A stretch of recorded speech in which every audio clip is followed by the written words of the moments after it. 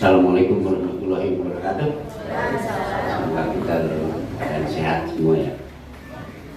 Jadi saya ingat perjalanan RIM ini dulu.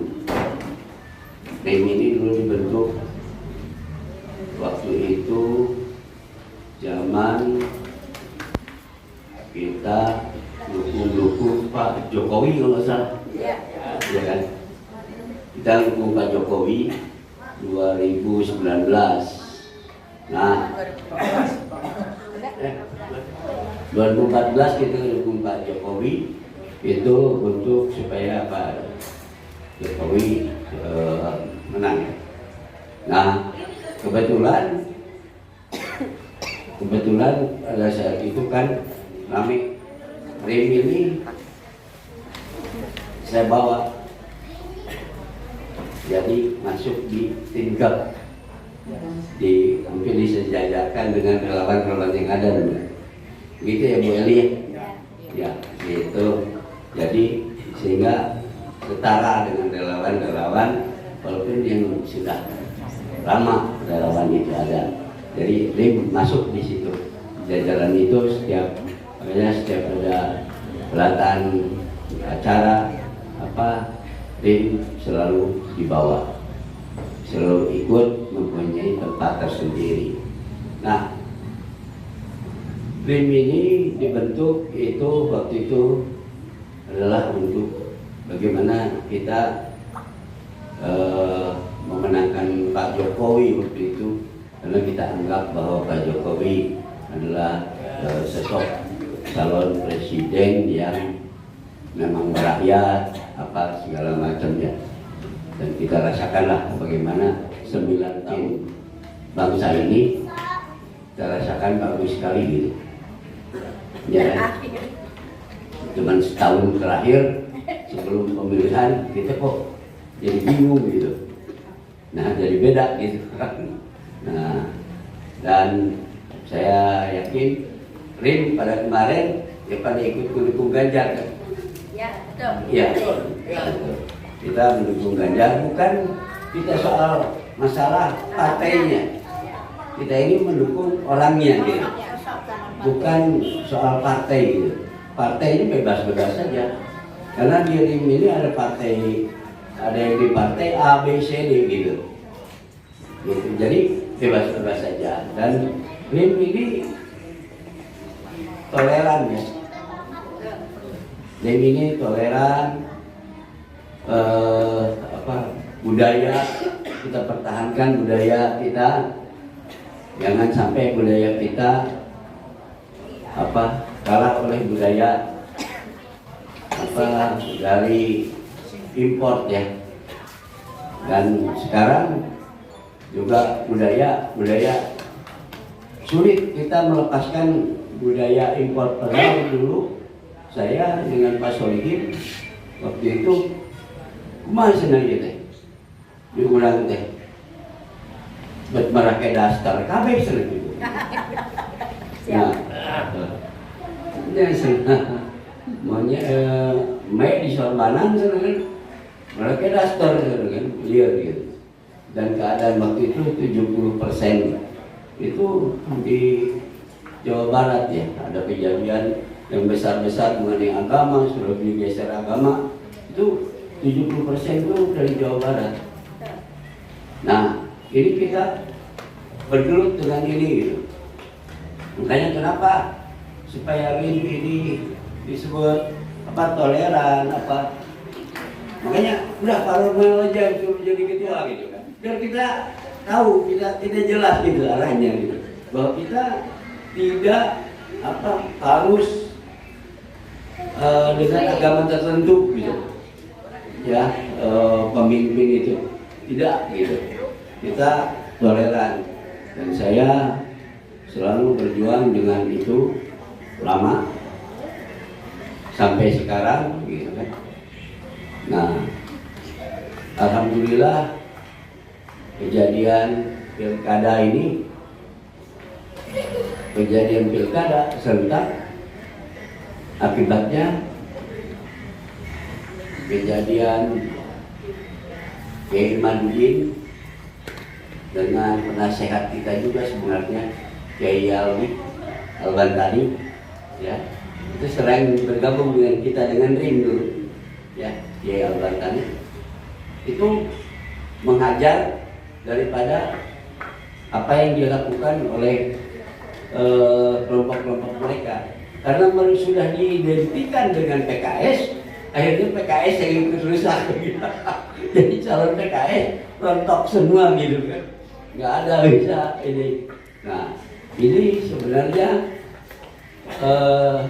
bagus ya, mudah-mudahan ini akan beralih. Tapi kita udah mulai lagi nih di Bogor, ada penolakan Natal dan segala macam. Kan ini ya, ini satu cobaan ujian bagi Menteri Agama yang baru, gitu. Supaya ini harus diperhatikan. Dan kita juga, saya pernah ditanya, kamu mempertahankan budaya? Ya, saya pertahankan budaya. Tapi benar, kamu tuh berbudaya. Budaya Indonesia kamu pertahankan. Ya, malah ke pangsi, namun sekali. Tapi ninggalin pemajikan malah ke jilbab sih kita jangan beres. Jilbab mah masih kene budaya itu, budaya ulama tak itu tak. Make kerudung, betul benar. Jadi budaya ulama, gitu. Saya ingat ini kembali sejarah ya. 2000 waktu dulu sebelum ada reformasi, dulu sebelum Jogja ada kejadian pesawat Garuda Indonesia Airlines yang dibajak ke Goila, ke Thailand. Yang membajak dulu Imran nih. Kelompok ini ada yang namanya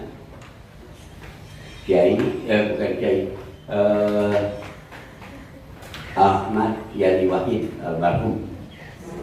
Ahmad Yani Wahid ini ketika ditanya, karena dia yang masih hidup ditahan, apa sih yang dituntut oleh Ahmad Yani ini sampai harus membajak Goila? Apa yang dituntut?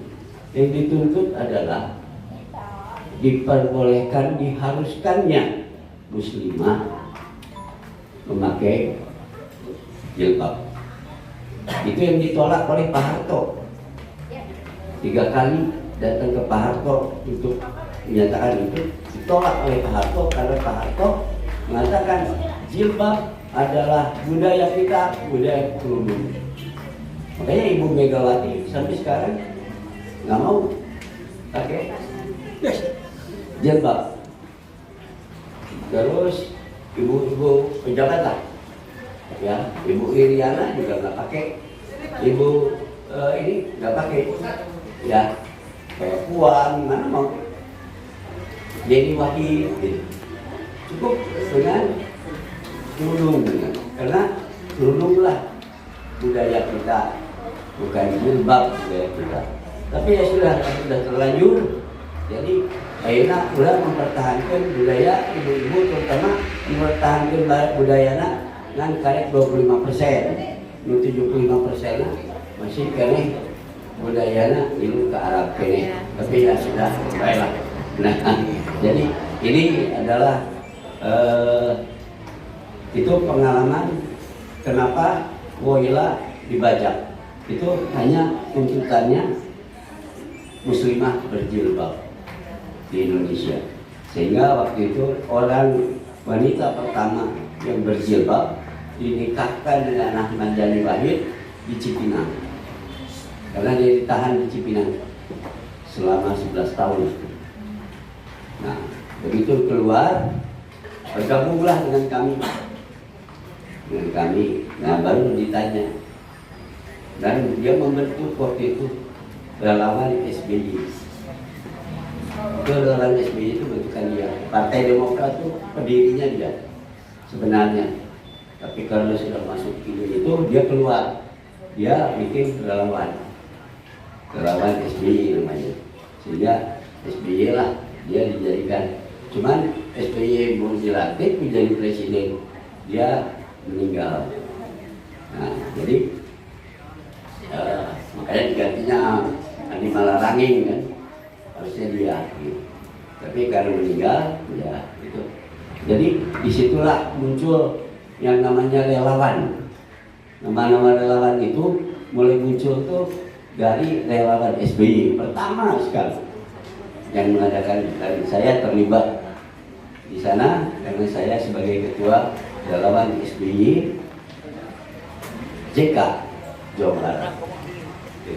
Nah, jadi sekarang muncullah dengan ada relawan-relawan, mulai ramai relawan. Dari zaman SBY di situ mulai ramai relawan, ada SBY Fans Club, ada apa semua. Dan akhirnya juga banyak yang bergabung ke Partai Demokrat gitu. Ada yang tidak ya. Nah, sekarang juga ini sama. Ada yang bergabung ke partai mana, ada yang ke Nasdem, ada yang kemana. Nah, dan sekarang dibuktikan bahwa RIM hebat hari ini. Coba Farhan dari Nasdem, nah, Dr. Romel di situ, ya kan? Siapa lagi yang dari Nasdem? Ada teman saya, Pak Heri dari Tasik, Nasdem. ya, Pak Heri dari Tasik, jadi bupati. Pak Aib Jaki itu sama dia pindah ke Nasdem. Dulunya PKS, ujungnya pindah ke Nasdem, sekarang jadi terpilih jadi wali kota Sukabumi. Nah, jadi siapapun nih teman-teman RIM, kalau butuh akses di Sukabumi, baik itu kabupaten maupun di wali kota kalau di Sukabumi, bisa saya akseskan langsung ke bupati maupun ini juga di Sumedang. Sebenarnya hari ini saya diundang nih ke Sumedang, diundang oleh bupati terpilih Sumedang. Jadi saya bilang enggak gua ke RIM aja gitu, daripada bisa ke Sumedang. Jadi diundang Pak Dori hari ini ada syukuran, dia juga bilang enggak, saya kesini aja, malas kesana jauh. Nah, begitu juga di Sukabumi kemarin saya udah di Sukabumi dan Pak Asep Jafar maupun Pak Aib Jaki, monggo bisa kita akses. Jadi kalau kita perlu di sana. Ya, untuk daerah-daerah lain juga banyak nih. Sebenarnya RIM ini udah punya akses. Jadi kalau RIM ke depan nggak bisa besar, aduh kurang baik ya. Berarti masih kurang bisa begini. Nah, saya sekarang banyak juga lebih mengurus kepada perhutanan sosial dan untuk ketahanan pangan ini kita jalankan. Begini. Ini mudah-mudahan jadi program RIM semua ya, jadi ikut karena ini program pemerintah sebenarnya. Tahun 2022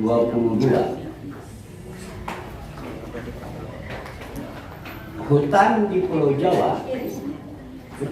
Jawa ini ada 2,3 juta hektar lebih. Hutan di Pulau Jawa ini 1,1 juta hektar, 1,3 juta hektar diberikan ke perhutani. Jadi selama ini perhutani itu tidak punya lahan, hanya punya tanamannya saja. Tapi lahan tidak punya, lahan itu adalah punya perhutanan. Nah, 1,1 juta hektar diserahkan ke KHDPK. Jadi KHDPK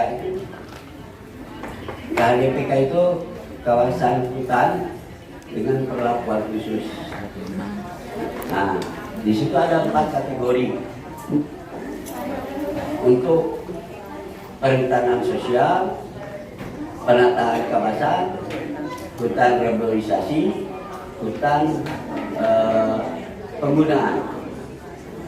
Jadi ada terbagi dan itu harus diserahkan kepada masyarakat sekitar desa, masyarakat desanya.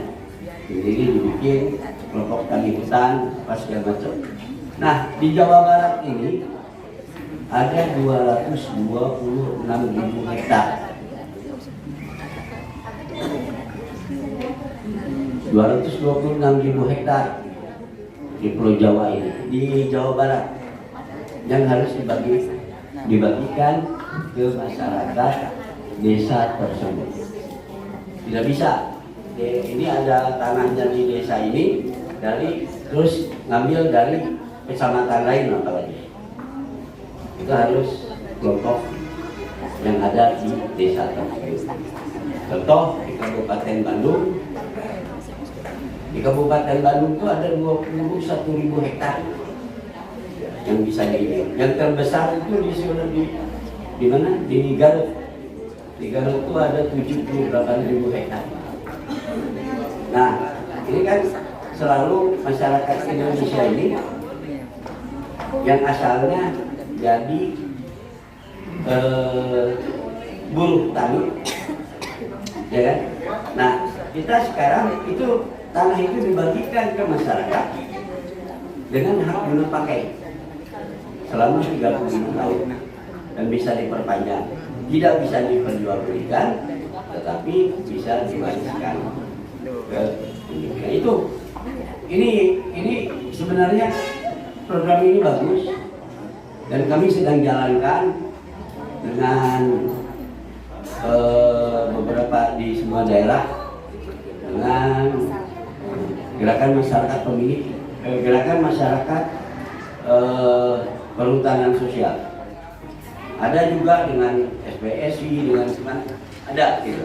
Nah itu bisa dibuat karena LMDH udah nggak ada sekarang. LMDH udah nggak ada, cuma menjadi kelompok tani hutan atau hutan kemasyarakatan desa atau LPHD, lembaga perhutanan desa. Nah ini bisa membantu masyarakat di desa untuk supaya masyarakat ikut jadi bukan lagi buruh tani, tapi jadi petani yang punya lahan, walaupun lahan itu lahan hak guna pakai selama 35 tahun. Jadi tahun dia ngomong bahwa tanah kurang, beak cukup. Tapi kalau ini tidak dijalankan, maka akan diambil oleh bank tanah dan itu bisa dijual ke oligarki oleh pejabat. Jadi kita berpacu nih dengan para pejabat ini untuk bagaimana tanah ini harus benar-benar kita bagikan. Karena kalau enggak, kita bukan nggak percaya ya, banyak ya ASN itu kan terutama di perhutanan, nah diambil lagi. Jadi bank tanah dimasukin bank tanah jual ke korporat. Nah ini jangan sampai terjadi. Nah, harus misalnya dari mangan baru ngumpul panroba kasih tahu di daerah.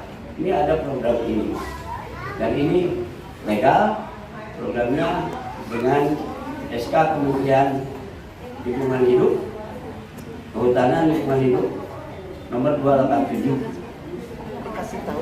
dan yang perhutani SK-nya 264. Itu ada publik di saya. Jadi BRIN bisa menjalankan ini supaya ikut dalam cara ketahanan pangan. Gitu. Jadi rakyat harus hidup gitu. Ya kan? Daripada akhirnya makan gratis 10.000 menang naon. Itu biji. Nah, No biji. No biji kali ya. Nah, mendingan yuk kalau ini bagikan ke masyarakat. So, ada 226.000 hektar di Jawa Barat, lalu dibagikan ke masyarakat, terus ditanam ke masyarakat. Hasilnya, nah, itu akan lebih baik untuk ketahanan pangan. Mungkin segitu aja dulu dari saya. Mudah-mudahan untuk BRIN ke depan harus maju ke urusan politik. Nah, urusan politik nanti 2028 sekarang udah selesai urusan politik, karena urusan bagaimana membangun bangsa lagi ya, ekonomi gitu, politik ekonomi nama yang harus kita kedepankan. Nah, karena politik sudah selesai, tapi 2028 baru mulai lagi politik gitu. Terima kasih. Wabillahi taufiq wal hidayah. Assalamualaikum warahmatullahi wabarakatuh.